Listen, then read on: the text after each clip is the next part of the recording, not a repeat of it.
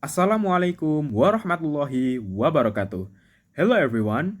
Thank you for clicking our video link. My name is Fahmi Asanul Akmal from Offering B and from Group 4 Introduction to Linguistics Project.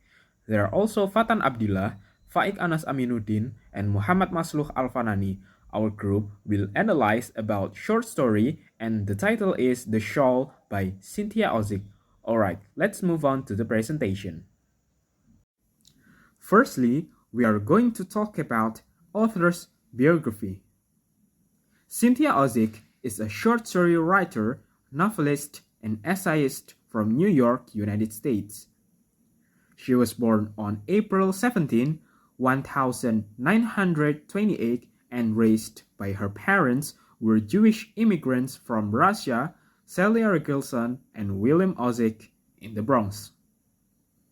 Cynthia is a woman who won the American Academy of Arts and Letters in 1988 and is still active in writing until now.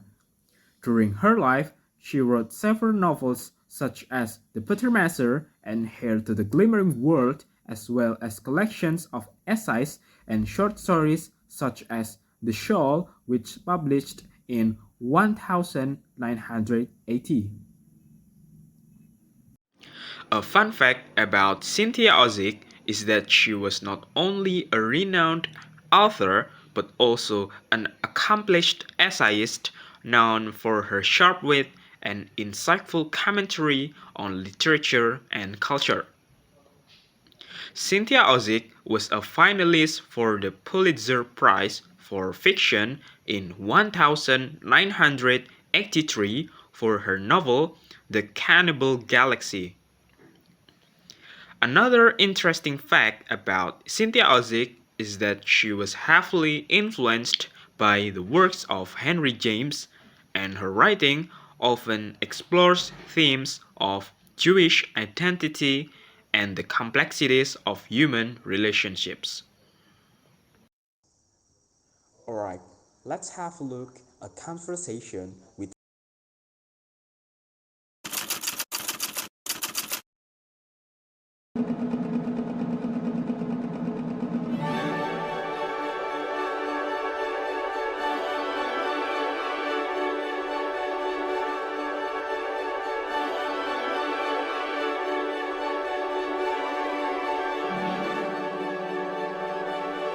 Hello, my name is Cynthia Ozick, and I'm here to talk about my book, The Shawl. How did I fall in love with books? Let me count the ways.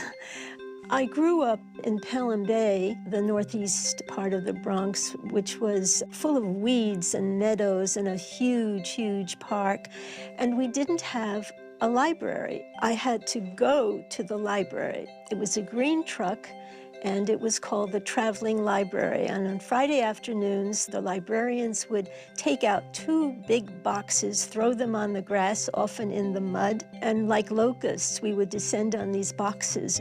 I would get one magazine and two fairy books. And I think by Saturday night, or even Friday night, they were finished, and then one had to wait another week. There was the book that all children, all little girls, and particularly little girls that are going to be literary later in life, read. And that book was obviously the famous, and in my case, perhaps infamous, Little Women. Infamous because I read it to tatters. Actually, I still have that very same book.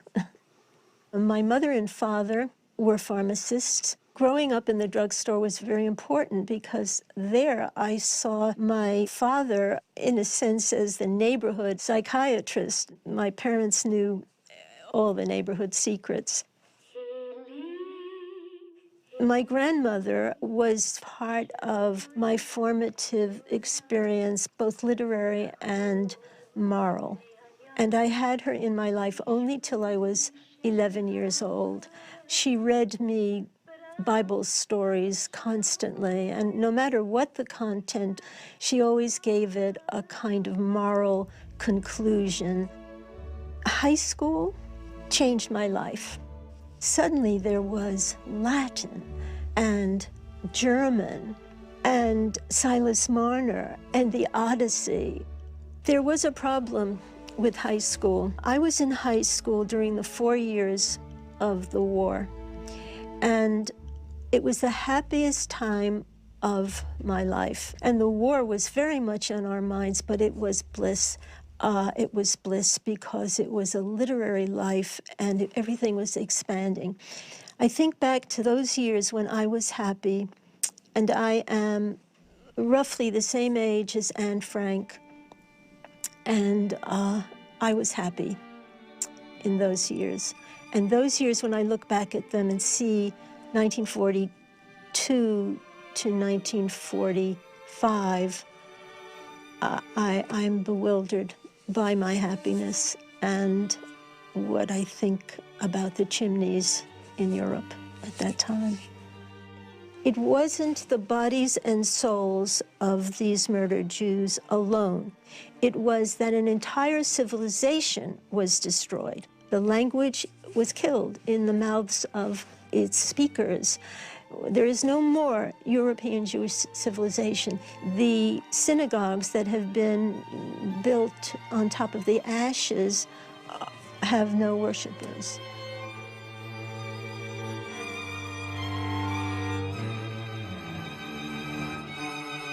I am here now because I wasn't there then.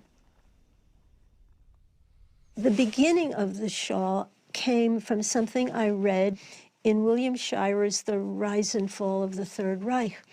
And there was just one line in this quite thick book. The line was about a baby being thrown against the electrified fence in a death camp, and it turned into the Shawl. Rosa, the protagonist, believes that her baby is alive. She is aware that her baby has been murdered by being thrown against the electrified fence in a death camp, but she wants so much to retain a vision of that child and what it might have become, and the child is dead. Next, we see her in the novella part in Miami as a broken woman. The second part about Rosa and Persky is an ordinary story. Maybe she'll go off and be his girlfriend and have a good life. I'm not sure. I think she's too damaged.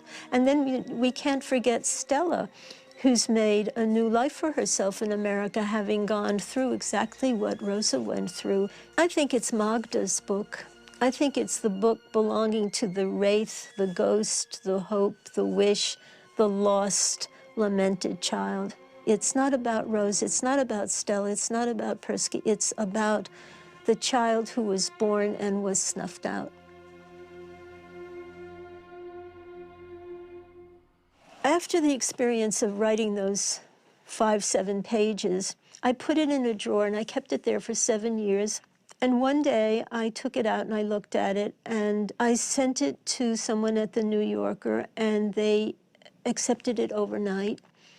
I never made a decision to write this story, the first part where Rosa is in the camp and on the forced march. This was not a decision I took. I simply sat down and wrote it, and this was the one time when I did not fuss and agonize and fiddle with sentences. I simply wrote it. Faulkner said, "A man is the sum of his misfortunes." That would very much apply to Rosa, the protagonist of The Shawl. We absolutely can pardon Rosa. We can forgive her. We can pardon her for everything. The madness of Rosa is her sanity. The mad woman that is Rosa knows that the world has betrayed her, but she has the vision of the proper world, the harmonious world, the good world, the kind world. Perhaps the way you could put it is the simplest phrase. In the madness of despair lies the sanity of hope.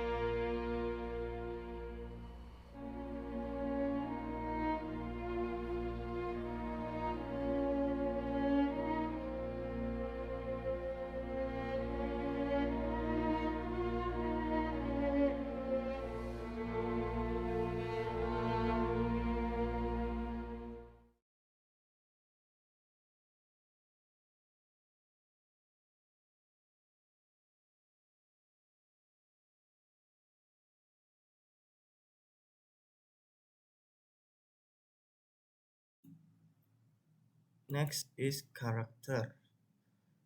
In this short story, The Shawl, there are three main characters mentioned. First is Rosa. Rosa is a tough woman who struggled to survive during the Holocaust. She is a mother who is caring and loving towards her newborn baby Magda and is tied to a shawl that has a great symbolic meaning for her family. Next is Stella. Stella is Rosa's sister.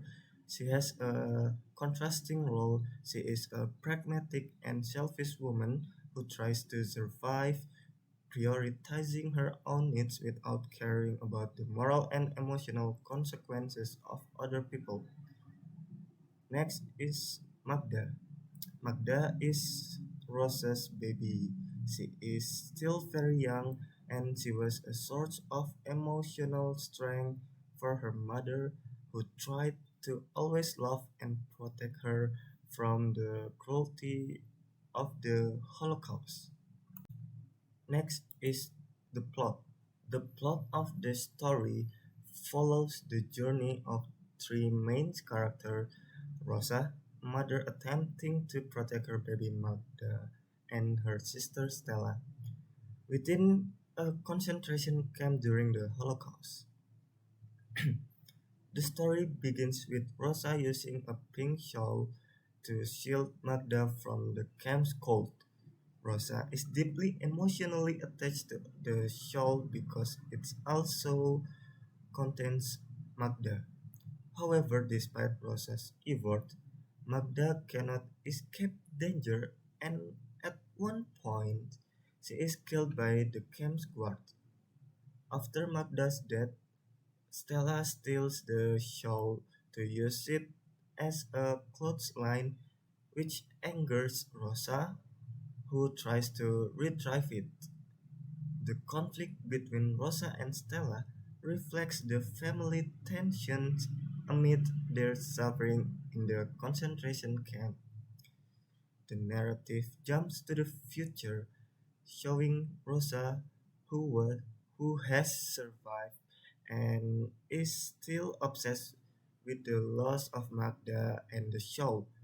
The plot depicts Rosa's struggle to survive and preserve the memory of Magda, while also revealing the irreplaceable loss felt by the Holocaust victim. The fifth page of the presentation slides we have point of view. Point of view in the Shawl is primarily third-person omniscience. This means that the narrator is not a character in the story, but has a knowledge of the thoughts, the feeling, and the experiences of multiple characters.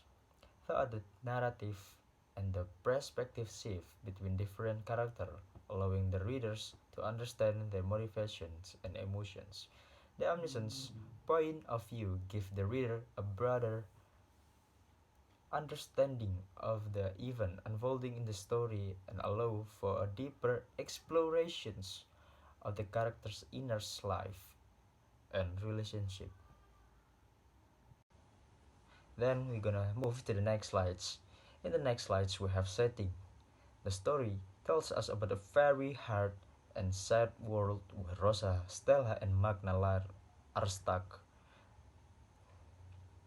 It feels like a time when there was a big war, maybe World War II, and everything is really tough and life is very difficult. They live in a place that's not good, where there's not enough food, and they have to deal with a lot of problems every day. But even though things are so hard for them, there was a part of the story that showed us a big difference between their sad life in the camp and the beautiful world outside. It's like there's another life waiting for them just outside the camp, which make their situation even sadder. As we read, we can help but feel very sorry for them and how unfair everything is.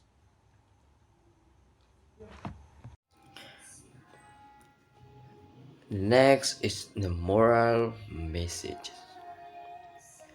One of the moral messages that emerges from the story, The Soul, is about the power of a mother's love and her sacrifice in protecting her child.